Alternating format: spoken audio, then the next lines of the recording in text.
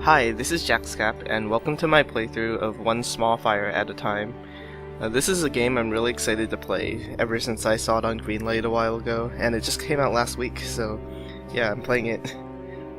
This is a visual novel about a world where everyone has magical powers, and not having them means you're mentally ill, and I thought that was a really interesting idea, since it's usually the other way around. So, without any more explanation, let's start playing it. Get rid of the audio test saving. Sometimes I wish I was completely mad. Like screaming and raving at empty walls, crying and laughing at the same time mad. That would be liberating. But the state that lies between sanity and insanity continues to torment me. It's a feeling that's impossible to explain. It's a state of perpetual misery, but you can't figure out what's causing it. You know there's something wrong with you, but you can't quite figure out what it is. I open my eyes to see the room painted black by darkness. I stare at the ceiling. Maybe if I stare long enough, something will appear. Nope, nothing. Just that old dull ceiling, as boring as the dead of night. The silence is deafening in the small bedroom. This is a really weird bedroom. Are there pipes everywhere? Nothing can be heard. Nothing is moving. Nobody speaks. For there is nothing and nobody here. I try listening to nobody. Maybe if I listen, nobody will tell me goodnight. Nobody will read me a bedtime story, or sing me a lullaby.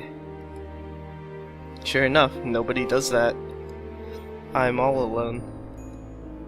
I raise my right arm, reaching out towards that dead ceiling. Maybe somebody will take my hand and put it in theirs. Someone. Anyone. But who would do that? A god? A devil? An angel? A demon? A ghost? A spirit? Anyone. Anyone at all. Anyone would be fine. I wait a minute. Whoops, don't press spacebar. 2 minutes. My hand feels as heavy as lead. How long has it been? Won't anyone take my hand? No. Okay. As usual, nobody takes my hand. Nobody ever takes my hand. I let my arm fall limply to my chest. I use that arm to hug myself since nobody ever will. Oh, this is so sad. Oh, okay. Chapter 1, Madhouse. So that's our character, I guess.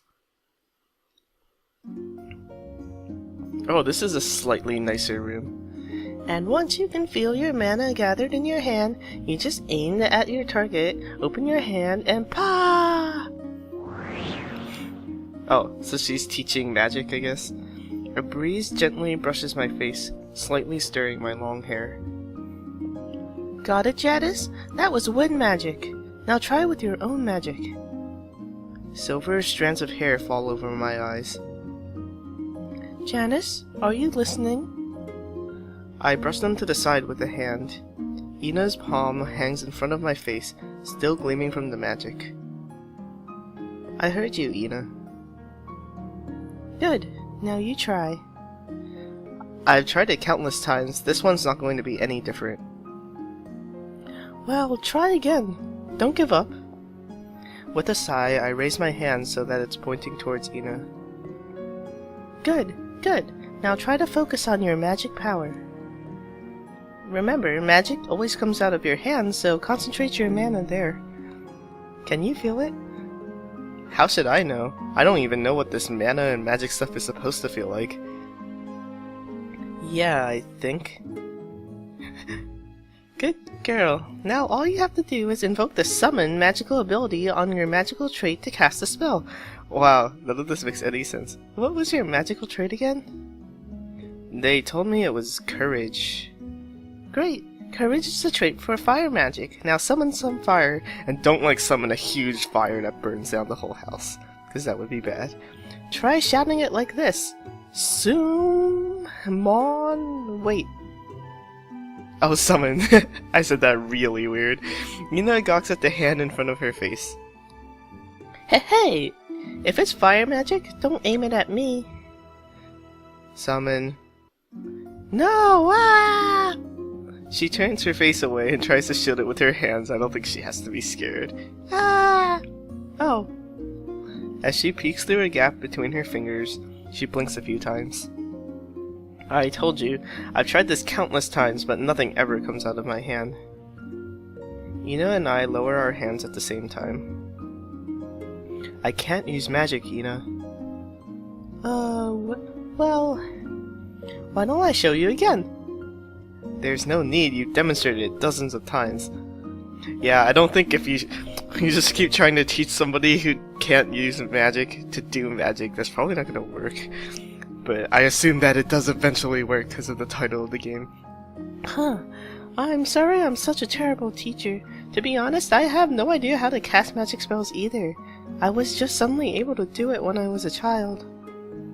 That's how it is for most people. But I'm not most people, which is why I'm here. Here, in this case, is the Madhouse.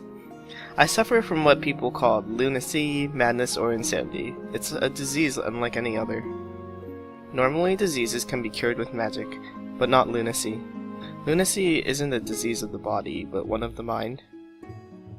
So, okay, so not knowing magic is the same as talking to yourself and being, like, crazy in this world? Yeah, makes sense. No, not really. It comes in many forms. Some people talk and laugh to themselves. Others have irrational fears about little things, or claim to see and hear things that aren't real, and so on. Since we lunatics can't properly function in society, we're kept in one of these madhouses for treatment. Unlike in hospitals where doctors would cast heal or cure on patients' wounds or the like, madhouses have alienists, yeah, who diagnose and treat madness by regularly talking to inmates in therapy sessions. Alright, at least they don't do other weird, like, horrible procedures that aren't talking. Or maybe they do. No idea. I live in a madhouse called Eclipse, and I've been here for a long time. Let's try again, okay? I'll do my best to help you overcome your madness, so don't give up. Okay, so Ina is like our therapist, I guess. Ina Polidori works as a nurse in Eclipse's children's ward. She only started here last year, but everyone likes her because she's really nice. Yeah, she seems like a really sweet character. Her main responsibility is to watch over and tend to our needs, but she also volunteers to do my therapy almost every day. I don't know why she even bothers trying to teach an inmate who has what people consider to be the worst madness one could have. No, I'm tired. Let's stop. Huh? But we just started. Yeah, but I don't want to do this anymore. Oh, come on. Look at Candela. Candela, I guess. She's been sitting in that corner since before we started, and she hasn't complained once. Dots. The girl Ina points at is sitting at a small table, her eyes glued to the bundle of paper she calls a sketchbook, and a pencil claps in her hand. Candela Carol is another inmate. At 16, she will soon become the oldest kid in the children's ward. The girl currently holding that title is moving to the adult ward in a few days. I want to know how old Janis is. Maybe she looks like she could be 11 or 12. Candela never complains when she's drawing. Try teaching her magic and see how long it is before she loses interest. Well, of course she'd get bored. Candela can already use magic. Then see how long you can get her to do anything besides drawing. She has a very, faded hair compared to other people. Maybe that's just what she looks like. Look at her. We're talking about her in front of her, and she doesn't even care. Candela continues to scribble in her sketchbook, never even bothering to look up. Well, you know Candela's condition. She was diagnosed with inattentiveness. So is that like ADHD? That book is the only thing in the world that can hold her attention for more than 5 minutes. Fine. Please tell Mr. Sherwood to add inattentiveness to my diagnosis so I won't have to practice magic. Janis, why are you being so difficult? Your madness is magic deficiency. Don't try to add anything else to that diagnosis. Ina and I decide to leave Candela to her sketchbook. But don't give up, Janis. I'm sure you'll be able to use magic sooner or later. Anyone can. Nah, it's too late for me. Most children cast their first spells before they turn 7. I'm twice that age, and I can't make a single spark. Oh, so she's 14. Wow, she's a lot older than I thought. Oh, 13. Okay. No, you're only 13. Wait, you're still a few days short of 13, aren't you? Wait, so I was right? Ugh, 14 and 12 is not the same thing. 13, 14. What difference does a year make? It makes a whole lot of difference. You have no idea. You see, last year I was 20, right? Wow, she's pretty young for like a doctor, nurse person. I don't know. And now I'm 21, right? I don't know. Last year, nobody made fun of me for being single. Sure, my friends told me I should hurry up and find myself a suitor. But now that I'm 21, they're all like, "Goodness, Ina, you're already an old woman. Where's your fiancé? I can't read things, and I can't okay, I can do this, though.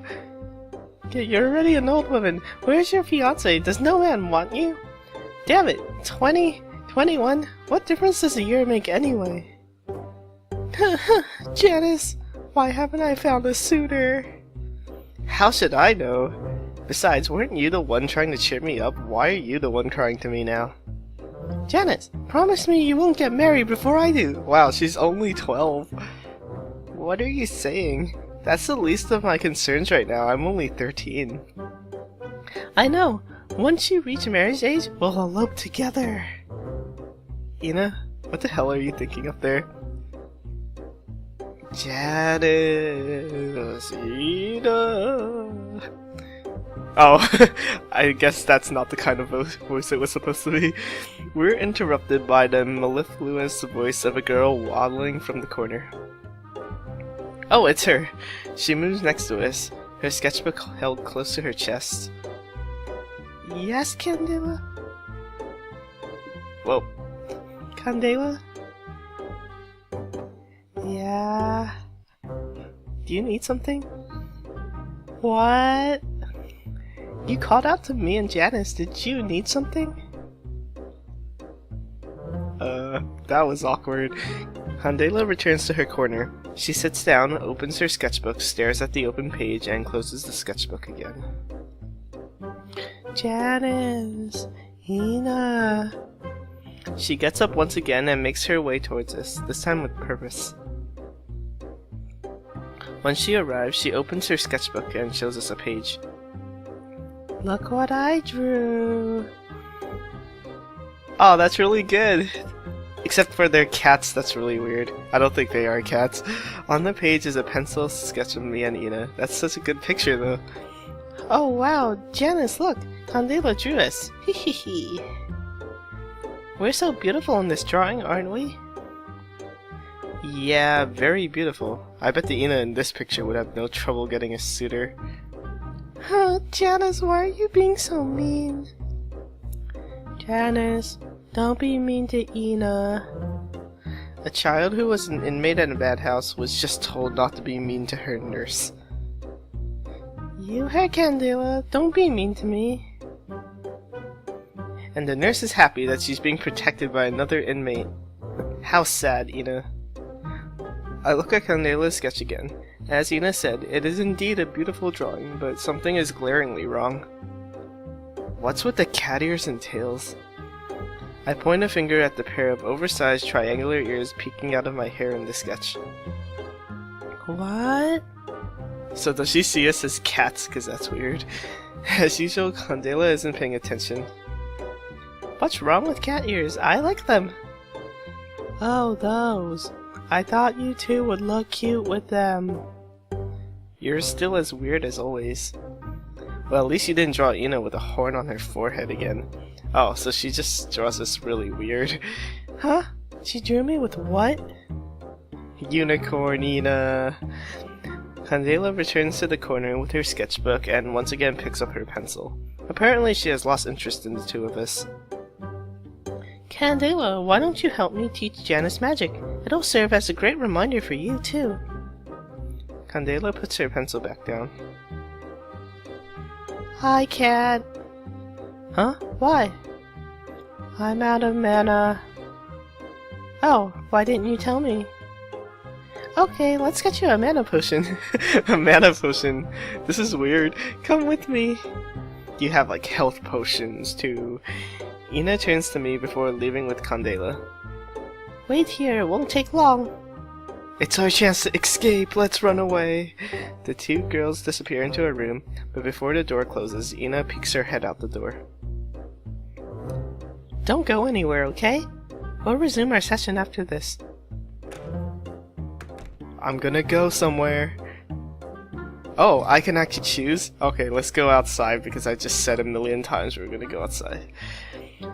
I don't feel like waiting. Even with Candela's help, I'm never going to learn magic, so instead I'll go outside. Ooh, look at that sky. The air is warm under the autumn sun. I scan my surroundings while admiring the greenery of the complex. At this hour, many of the kids are playing outside. Ooh, pretty nice looking place actually. My eyes end up staring at a girl standing still underneath a tree. Even when a leaf falls from the tree and lands on her nose, she doesn't flinch, as if she were a statue. She's alive, of course. She wouldn't be standing like that if she were dead. It's just something she likes to do, a hobby if you will. After a while, my eyes start to wander again. Eventually, they spot a little boy running alone on the vast field of grass. He runs round and round, making sharp turns on a whim, giggling all the while. Suddenly, he waves a hand in the air and yells, "Tag, you're it," before turning and dashing off in the opposite direction. Never does he stop laughing. My gaze begins to drift again and finds another house that looks somewhat similar to the one behind us. You'd think the two wards would be in the same building, or maybe right next to each other, but here they're actually quite far from each other. Seeing all this reminds me of just how big Eclipse is. The two houses are located inside the complex, and the complex itself is separated from the city streets by massive stone walls. People who come to Eclipse often point out how easy it would be for the inmates to escape. Yeah, it's true, since the only thing standing between them and the outside world is a wall, and one can easily get over a wall with a levitation spell. What other madhouses do to prevent this is simple. Don't give inmates mana potions, and keep them locked in their wards. Eclipse's owners, Mr. and Mrs. Sherwood, however, chose a more humane but much more expensive solution. They're called magic machines. Magic machines. These new inventions allow magic to be cast without magicians, but I don't know anything about them beyond that. Oh, so maybe our character never actually learns to use magic, but then she can use magic machines. Mr. Sherwood bought and installed magic machines that erect invisible barriers along the perimeter of the complex, effectively extending the walls to the sky. It isn't impossible to break through the barriers, but most children's magic isn't powerful enough for that. Adults, however, aren't allowed outside their ward for that reason. It's also technically possible to just get over the barriers. Wind magic users can use a levitation spell, and earth magic users can lower gravity. But once again, the limitation is the amount of magic power required to accomplish such a feat. Most children who use wind magic can levitate a dozen yards at most, and earth users aren't powerful enough to completely nullify gravity. That would be scary if they could completely nullify gravity. The only way in and out of Eclipse is through the main gate, but it's locked most of the time. Okay, interesting. Oh. Wow, why are children are just able to run to the construction site? That seems very dangerous. I wander around some more and arrive at a large yard behind the children's ward.